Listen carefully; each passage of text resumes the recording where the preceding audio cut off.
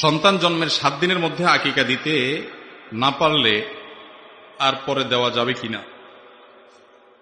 সন্তান জন্মের পর আকিকা দিতে হবে কোন দিনে? 7ম দিনে।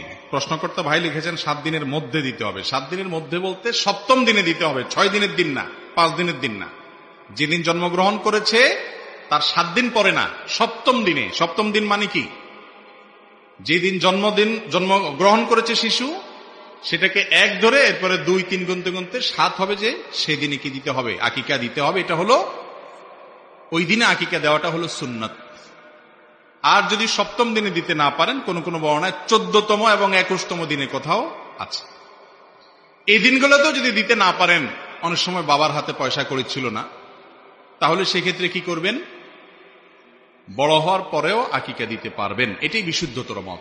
বিভিন্ন সালাফ থেকে বড় হওয়ার পরেও আকিকা দেওয়ার কথা বর্ণিত আছে। যদিও সুন্নাহ হলো 7ম দিনে দেওয়া, সেটা মিস হয়ে গেলে একেবারে না দেওয়ার চাইতে পরবর্তীতে দেওয়া জায়েজ আছে, এবং এটা অনেক সালাফ থেকে প্রমাণিত আমল, যার কারণে বড় হওয়ার পরেও সন্তানের আকিকা দেওয়া যেতে পারে।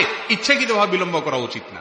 আমাদের দেশে আকিকার এই আমলটার ব্যাপারে একটা বিরাট অবহেলা আমাদের আছে। সেটা হলো, বিশেষ করে আপনার এই কুমিল্লা, নোয়াখালী, লক্ষ্মীপুর, ফেনী অঞ্চলে যারা একটু প্রবাসে থাকে বেশি, তাদের বাচ্চা কাচ্চা হলে আকিকা দেওয়ার জন্য বলে যে বাপ আসুক তারপরে দেব।